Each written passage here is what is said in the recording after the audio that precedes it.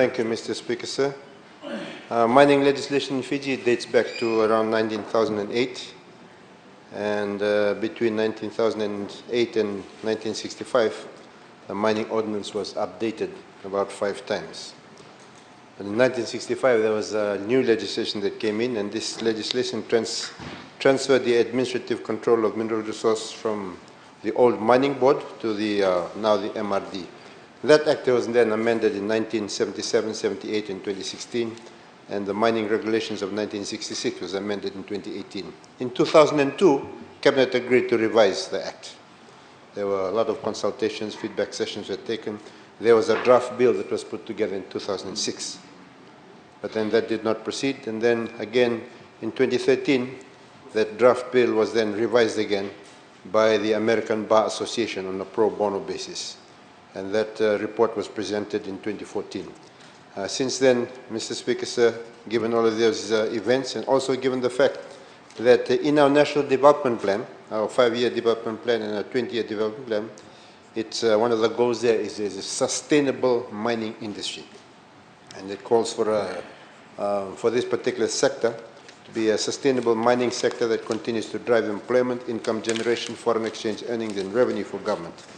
And the NDP sets targets and timelines for this sector, targets and timelines from 2018 to 2022.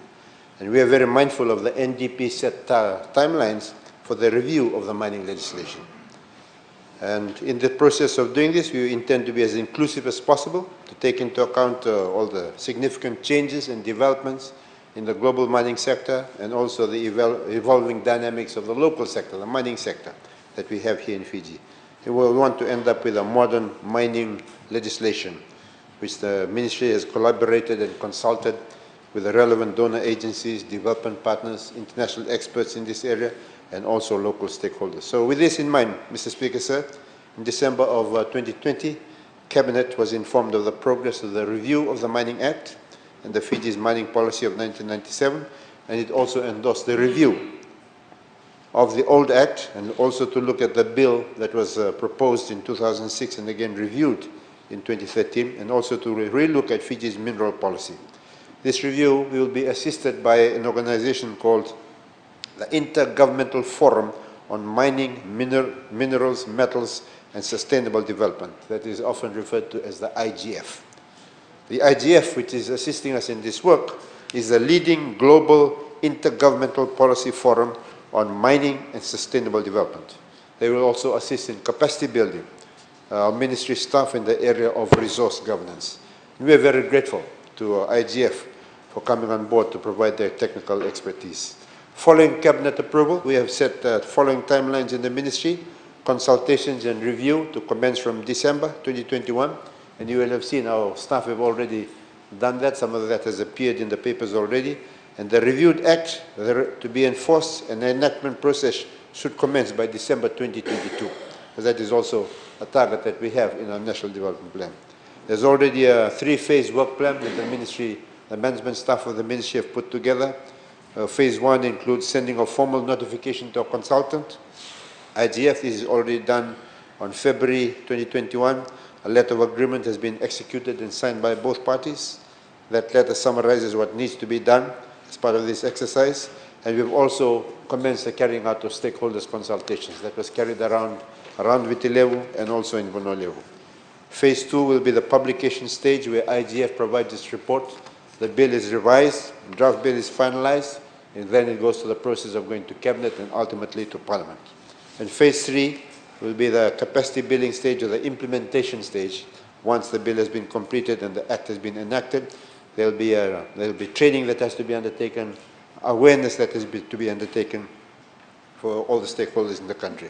And all this work is part of government's roadmap to democracy and sustainable socio-economic development.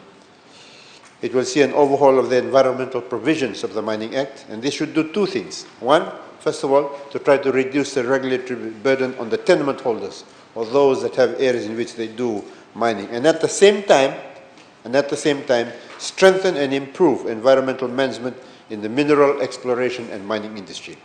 We want to vigorously promote the mining sector and provide potential investors with a clear, stable, and transparent guide to investing in Fiji's mining mineral sector. We aim to provide a secure, stable, and friendly investment platform.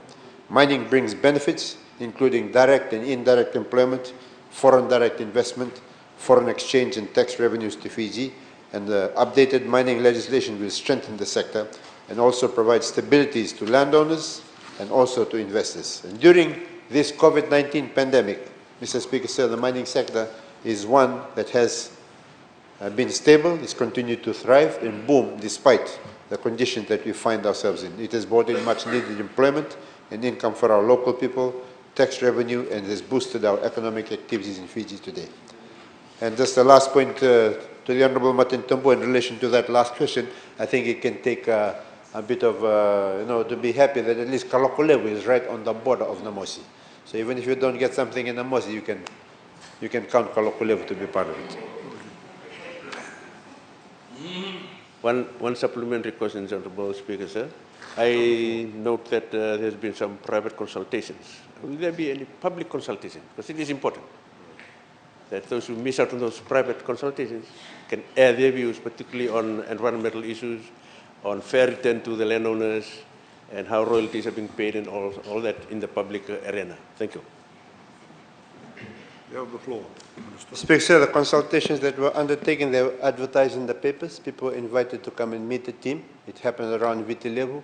It happened in Vonoa level. And I think that is a preliminary stage of consultations. People raised some of the issues, even though there was a draft bill that had been developed in 2006 and that had been revised in 2013. I believe there is that draft bill, but this process will see this new agency, the IGF, come in and look at the whole thing again. But in that process, consultations were taking place. They were done in public. People were invited and they offered, they came and gave their opinions. I think as the process from now until 2022, when the new bill is in place, there will be other opportunities for consultations.